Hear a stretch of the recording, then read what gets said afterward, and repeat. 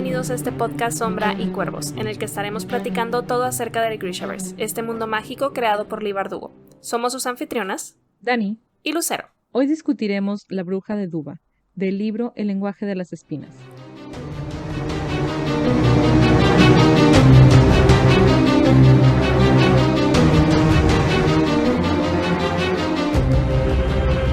Nuevamente bienvenidos y gracias por acompañarnos en esta nueva emisión, que es ya nuestra tercera sesión discutiendo el lenguaje de las espinas, así que ya estamos a la mitad. Son solo 6 relatos, ya vamos a la mitad. Y Lucero dijo la semana pasada que este era de sus relatos favoritos y la verdad a mí se me hace súper dark. Sí. Y además, puedo reconocer que es muy bueno, obvio me gustó, pero me deja como con una penumbra en mi ser. Sí, me acuerdo la primera vez que lo leíste que me dijiste, no, es que estoy como con un mal sabor de boca. Voy a ver una película de Disney, casi creo. Probablemente sí lo hice. Sí, pero a mí me gusta mucho. Pero sí me discutiste la semana pasada, después de que terminamos de grabar, que no considerabas que fuera de los...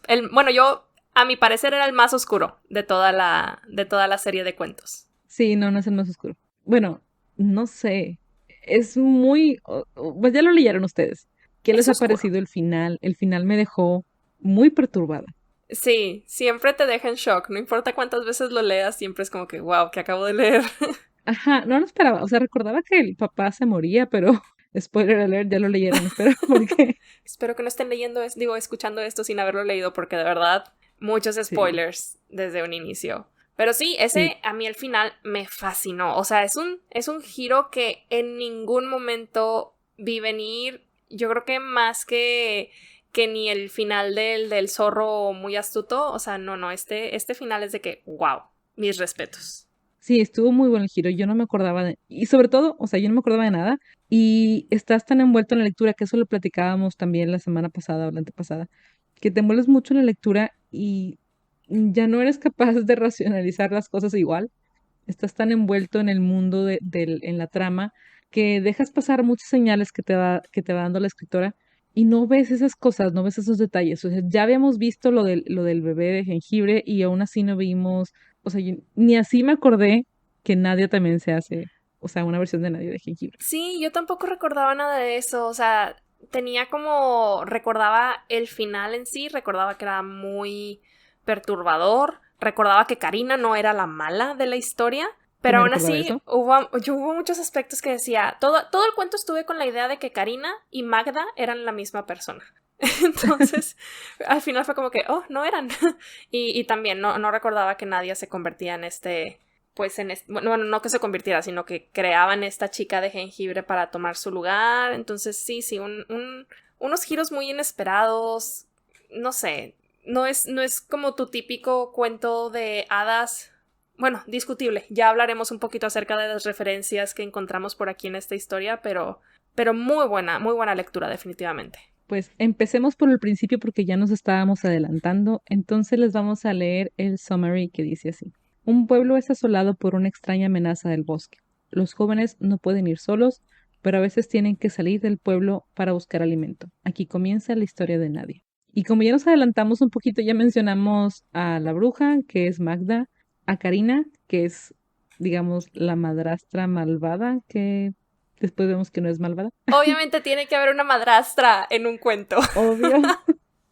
Tenemos a Nadia, la protagonista, y tenemos a Maxim, el papá de Nadia, y tenemos también al hermano de Maxim, de Nadia, pero no recuerdo su nombre.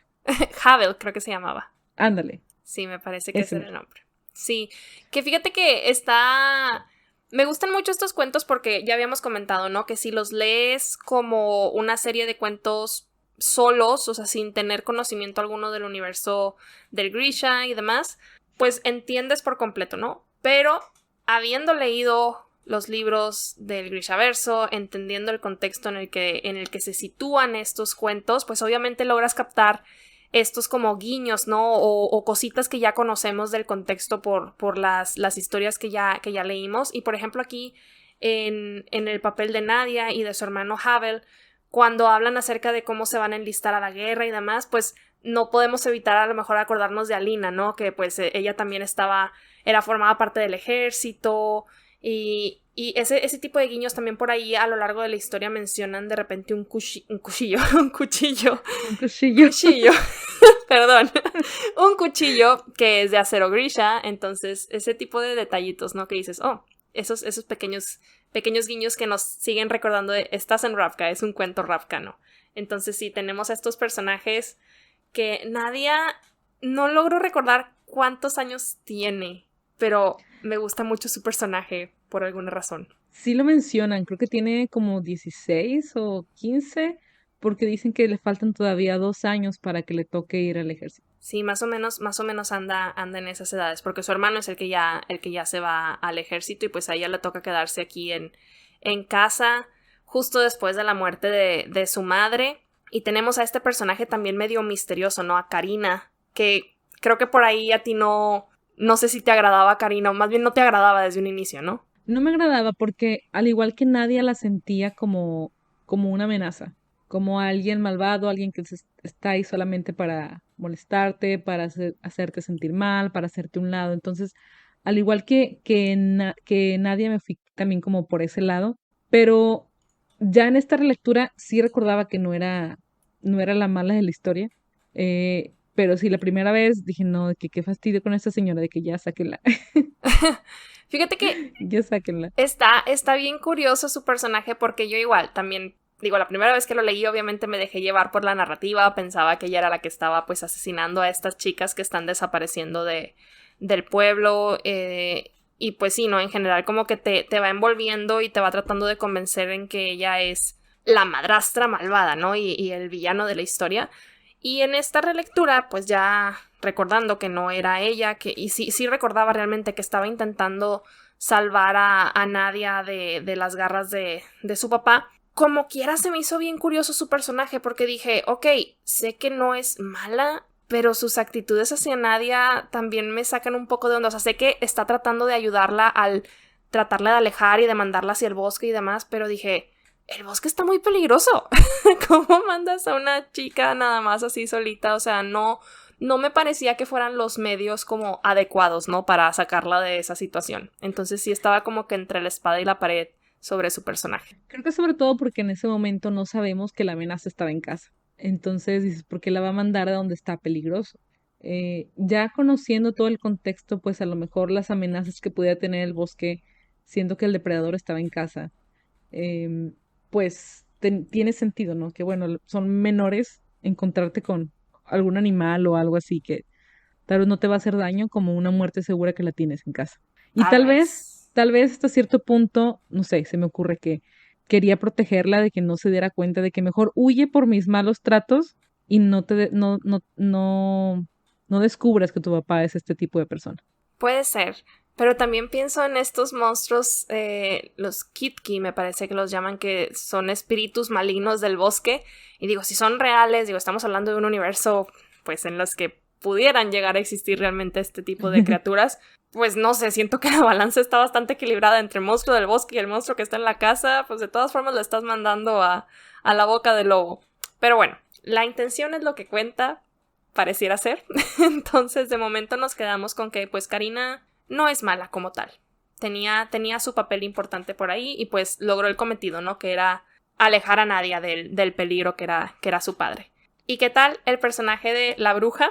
Que les decía ya hace rato que yo todo el rato pensé que Magda, la bruja, y Karina eran una misma persona. O sea, no que fueran la misma persona, sino pensé que Karina se transformaba en la bruja y como que tomaba su lugar cuando estaba con Nadia en el bosque. Resulta que no. Pero me gusta mucho el personaje de Magda. Como que le da este giro a la bruja malvada que se come a los niños.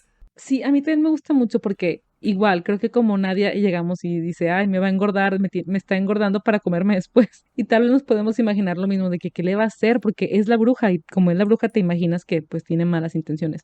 Pero me gusta esta parte donde nos muestran que quien crees que es malo y quien crees que te va a dañar, pues al final es quien te ayuda, quien te brinda este auxilio y que no nada más se preocupó por darle de comer y ya, sino que le enseñó su oficio. Ujú. Sí, ya después vemos al final, ¿no? A Nadia tomando su lugar como la nueva bruja del bosque. Sí, o sea, y que además, eh, pues está pintando aquí como la magia que ella hacía, gran parte de esta era para ayudar a la gente, como que eran tónicos y pociones y así para sanar y muchas otras cosas, ¿verdad? Que podemos ya debatir si son buenas, malas o no, pero sobre todo muchas eran para ayudar y para sanar a la gente. Sí, que esta parte, la verdad es que yo no recordaba nada de, o sea, de su papel como tal. Sí me tomó muy desprevenida el momento en el que hace a este bebé de jengibre para esta mujer que está Sí, no desconsolada manches. porque quería un hijo.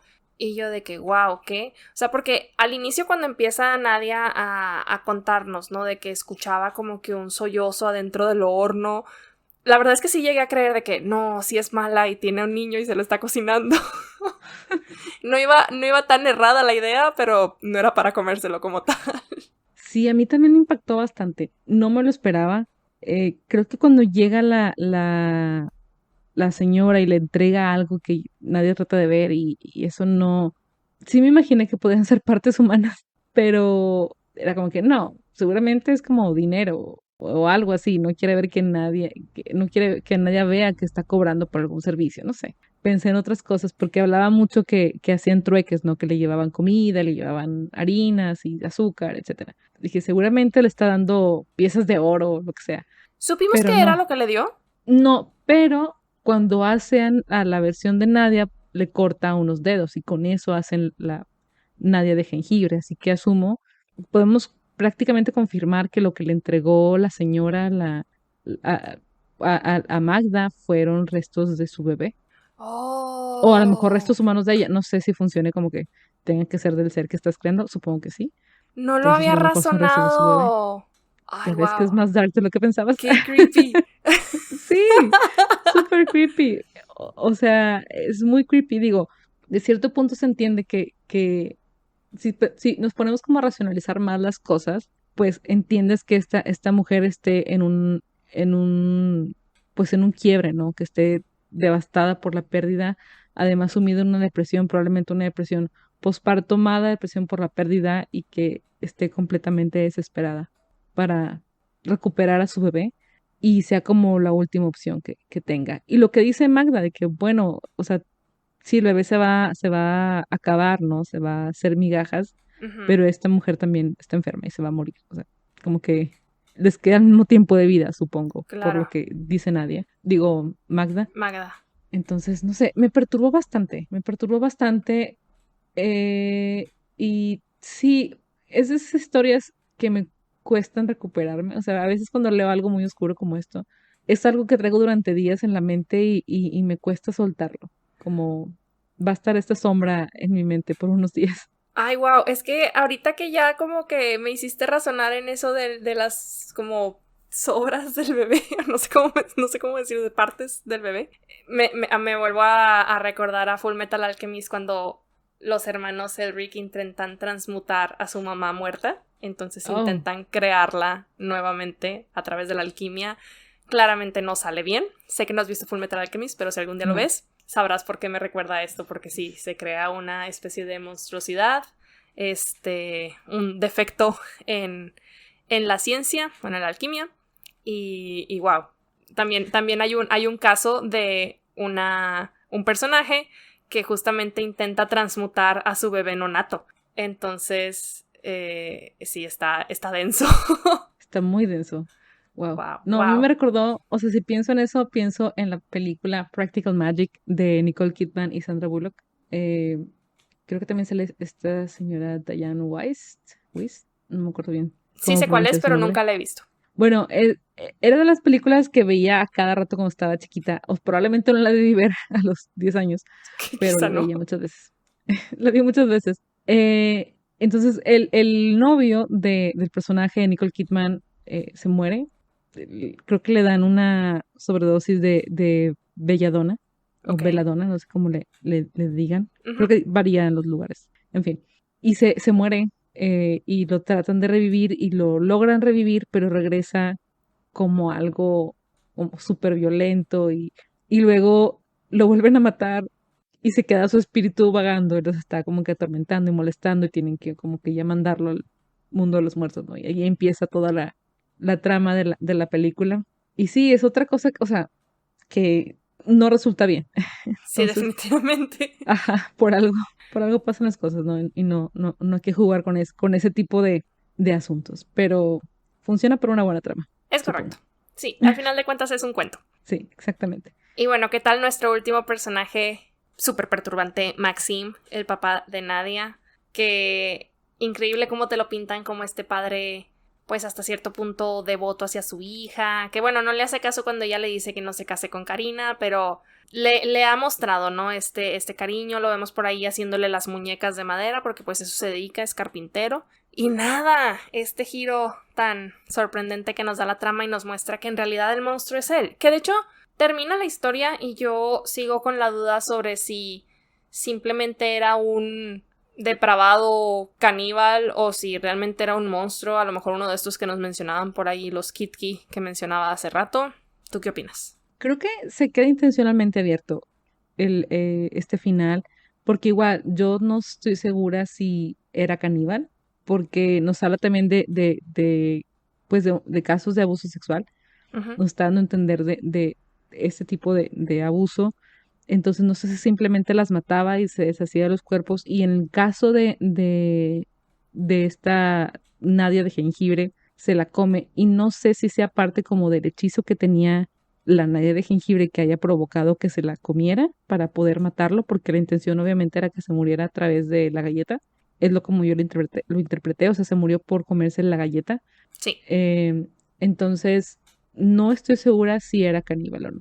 la verdad es que yo sí, o sea, yo desde la primera vez que lo leí sí lo interpreté así como un caníbal porque por ahí mencionaban que de repente encontraban como que un huesito y así y yo de que, oh wow, huesitos, como que los iba dejando nada más así limpios. Pero sí, me quedé con esa impresión. O sea, y obviamente sí entendía la connotación del abuso sexual que mencionas, pero me inclinaba más hacia el lado del canibalismo. Pero pues como dices, también existe esta posibilidad, ¿no? De que pues la Nadia de jengibre haya tenido como una especie de a lo mejor hechizo, ¿no? Para de alguna forma hacer que se la comiera y de esa forma pues matarlo. Y bueno, pues una interpretación abierta, tal como dices, ahí para que nos comenten cómo lo interpretaron ustedes en los comentarios de este episodio. Sí, cuéntanos qué les pareció, porque es un final muy abierto y creo que a mí se me pasó ese punto de los huesitos. No recuerdo verlo, o sea, no lo tengo presente, así que seguramente se me escapó y por eso no llegué a esa conclusión. Pero, ¿qué les pareció? ¿Lo pensaron también? ¿Notaron esto? Porque sí está muy abierto. Y bueno, creo que este cuento, a pesar de ser corto, nos trata ciertos temas pues muy variados, porque nos habla desde lo típico y clásico de la madrastra malvada de todos los cuentos de hadas, como hasta el caso de canibalismo, abuso sexual, asesinatos, o sea, todo o sea, un asesino serial, básicamente es lo que tenemos. Ujú. Entonces, sí está muy denso y muy variado porque también hablamos un poquito de la guerra, de las carencias que está viviendo el pueblo, y algo que tú mencionabas, que era la indiferencia ante los problemas de otros, y eso sí es cierto, no lo había notado, y sí, o sea, hay una indiferencia ante la gente sabe, se entera de que hay chicas desapareciendo en diferentes pueblos, pero X no pasaba nada, no le dan importancia, hasta que empieza a pasar en su pueblo.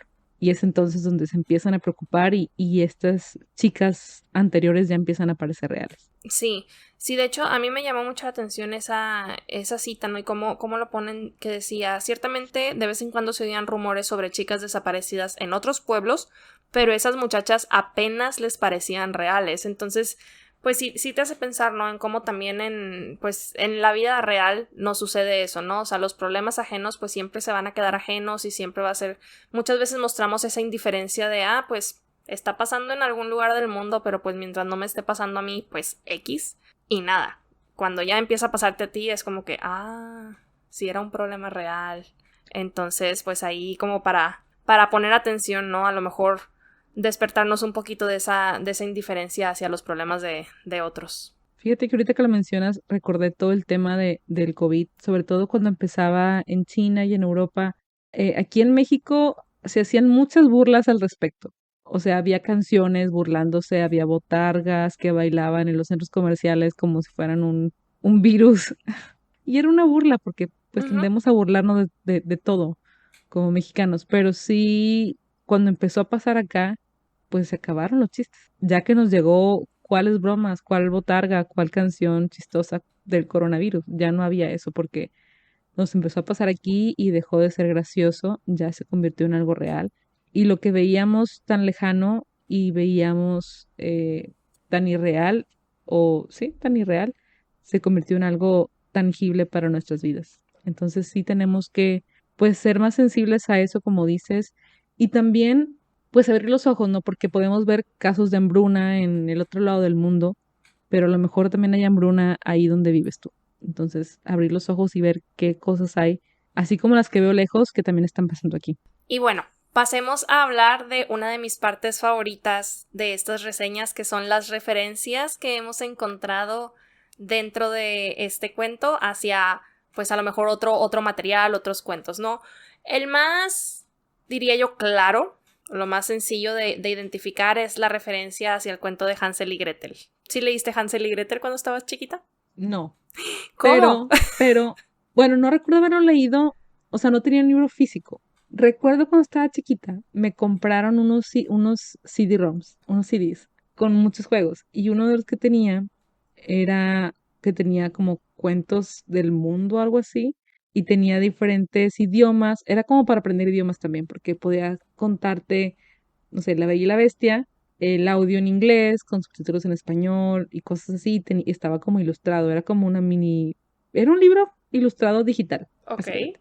Y creo que ahí adelantado a fue su donde época. vi, ajá, está genial, la verdad es que algún día lo voy a sacar otra vez, porque todavía los tengo y deberían de jalar, espero. Para tus futuros hijos. Sí, está muy padre. Y creo que ahí venía Hansel y Gretel. Y también veía una caricatura en HBO Family, donde pasaban, se llamaba Happily Ever After Fairy Tales for Every Child, porque tenía el canal gringo por alguna razón. Entonces, pues bueno, ahí pasaban muchos cuentos y ahí fue como descubrí cuentos como el traje del emperador y Oh, la wow. princesa la princesa y el Oh, lo guisante. amo. Es de mis favoritos. Lo amo, yo también, me encanta. Me identifico. Ujú. Y muchos otros cuentos clásicos que yo no conocía porque no tenía muchos libros de cuentos, como que los libros que yo tenía eran como de como historias como más, no sé cómo decirles, eran con fotos o ilustrados, pero diferentes, eran como para darte lecciones morales, no eran como los cuentos de hadas, pues. Ya. Tenía algunos de Disney, pero eran como cuatro. Y era básicamente las películas. Entonces los demás eran libros de historias y tenían como lecciones de moral y así. Entonces estaban bonitos, me gustaron mucho, pero era lo que me leían antes de dormir, no tenía cuentos de hadas como tal, más que esos digitales. Así que sí estuve expuesta a la historia, sí la conozco, sí recuerdo bien, pero no lo leí de la forma convencional. Ay, yo creo que es de los primeros cuentos que recuerdo que mi mamá me contaba para dormir.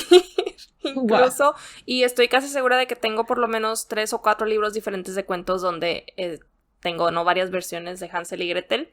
Pero bueno, con que estemos familiarizados con la historia, creo que podemos identificar esta referencia porque tenemos muchísimos elementos a lo largo de todo el Sí, cuento, como lo que es esta bruja que está en medio del bosque. No tenemos a lo mejor pues que la cabaña esté hecha de dulce, pero sí menciona, por ejemplo, este horno y estas menciones que hace Nadia de que hasta un niño cabría por ahí y que piensa que la está engordando, que se la va a comer y demás. Y también hubo un detalle que no recuerdo haber detectado la primera vez que lo leí, pero menciona que su hermano había dejado unas piedritas blancas en el bosque como para identificar el camino de regreso a casa, y que en una de esas ocasiones que entra al bosque, las piedras se perdieron entre la nieve y pues ya no pudo regresar, que fue como llegó a la casa de la bruja. De la misma forma en la que en Hansel y Gretel, pues la primera vez que los mandan al bosque, dejan estas migajas de pan y pues obviamente los pájaros vienen y se las comen y ya no pueden regresar a casa. Entonces, muchísimos elementos, la verdad. Creo que hay otros por ahí que no tengo por aquí anotados, pero sí, Hansel y Gretel fue como lo primerito que se me vino a la cabeza cuando lo leí por primera vez.